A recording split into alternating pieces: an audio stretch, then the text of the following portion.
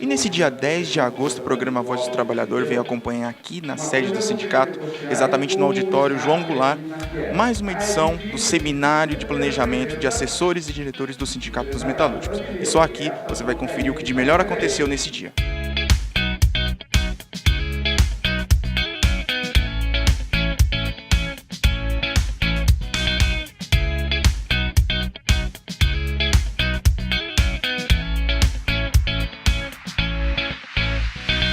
Estamos agora conversando com o Paulinho da Força, deputado e presidente da Força Sindical, que acabou de falar aqui no seminário para os diretores sobre os reajustes da reforma trabalhista. E Paulinho, em um momento onde a mídia, a grande mídia, trabalha tão contra, podemos colocar assim, o que é realmente passado na luta dos trabalhadores, quanto é importante esse tipo de diálogo, não só com os diretores, mas quando também é possível com a população?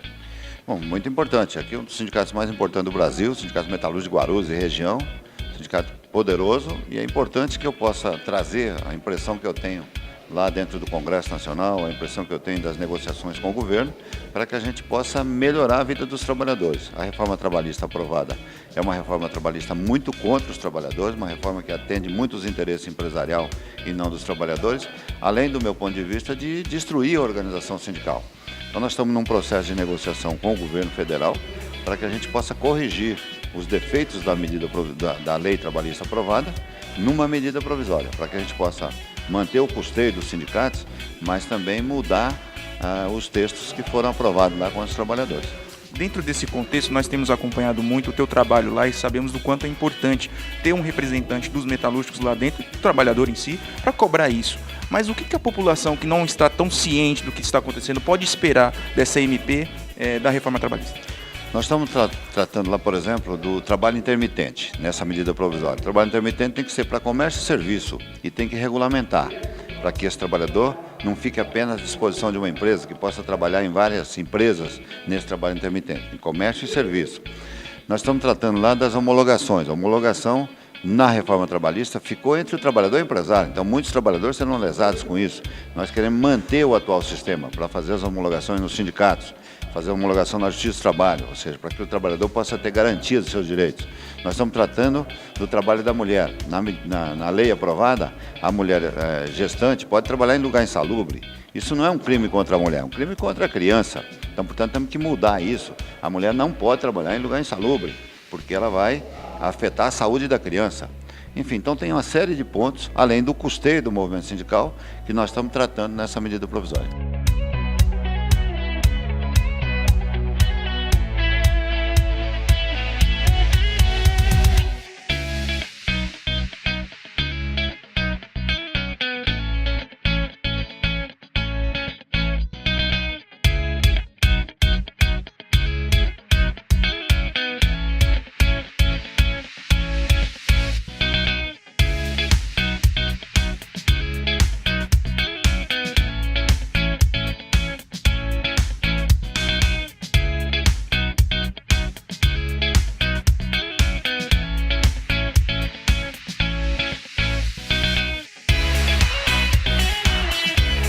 Outro palestrante do seminário foi o ex-ministro Aldo Rebelo, que falou com a nossa reportagem sobre como a população pode esperar uma mudança no país com a atual conjuntura política. Olha, o Brasil já passou por processos de mudanças importantes ao longo da sua história. Nós já fomos colônia, nos tornamos um país independente, nós já tivemos escravidão e a escravidão foi abolida com a luta. Nós já tivemos uma monarquia, hoje temos uma república. Nós éramos uma sociedade agrária, nos tornamos uma sociedade industrial.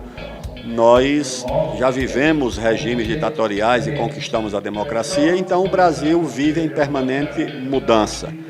E acho que essas mudanças têm um sentido de continuidade em torno de bandeiras que são históricas do Brasil, a luta pelo desenvolvimento, a luta pela soberania nacional, a luta pelos direitos sociais do povo e a luta pela democracia. Eu acho que são essas as energias que moverão as futuras transformações do Brasil.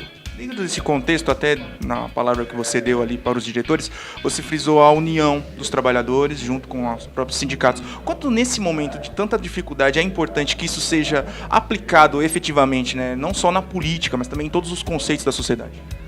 Brasil precisa de ampla união de forças para remover os obstáculos exatamente a esses objetivos. Como é que você vai tornar o Brasil um país desenvolvido e independente sem unir forças? Como é que você vai transformar o Brasil num país socialmente mais equilibrado sem ampla união de forças? E como vai democratizar o Brasil sem unir forças? Então, a união de forças, não apenas dos trabalhadores, dos produtores, dos industriais, dos religiosos, dos políticos, é um pressuposto para a transformação do Brasil.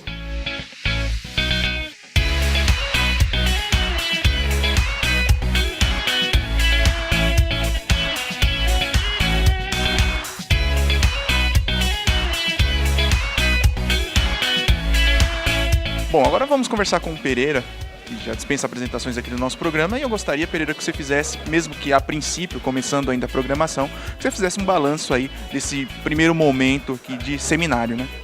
Olha, já deu para perceber a gravidade da coisa, né? O que foi explanado aqui hoje, no início pelo Paulinho, depois pelo Aldo Rebelo, agora pelo Clemente, já dá para a gente perceber a gravidade que vai das mudanças, a destruição de direitos dos trabalhadores, a diminuição de ganho dos trabalhadores. Isso significa que quanto mais você diminuir o ganho do trabalhador, a economia vai retroagir, mais desemprego vai haver. Então é um governo que está governando para outros países, não para o Brasil.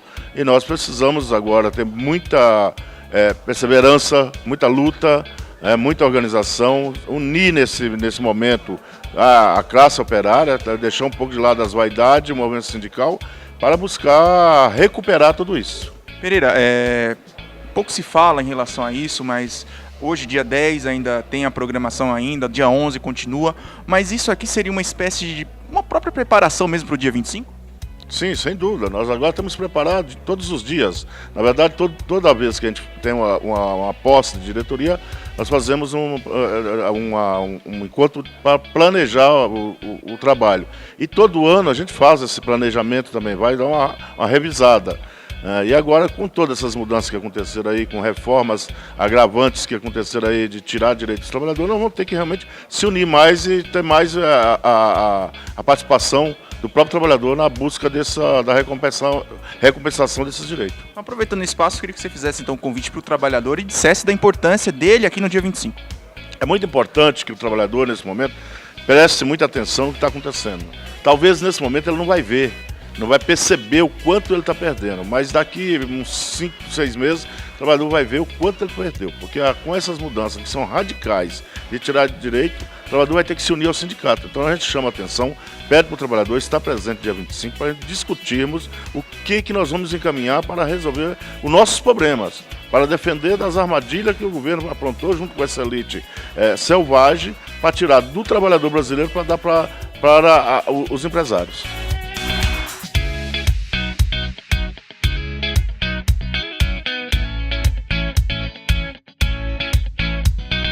A programação seguiu até sexta-feira e, na oportunidade, foi proferida a Carta de Guarulhos, Democracia, Direito e Desenvolvimento, que relaciona 10 pontos como forma de reafirmar e definir as linhas de ação do sindicato nos próximos 4 anos.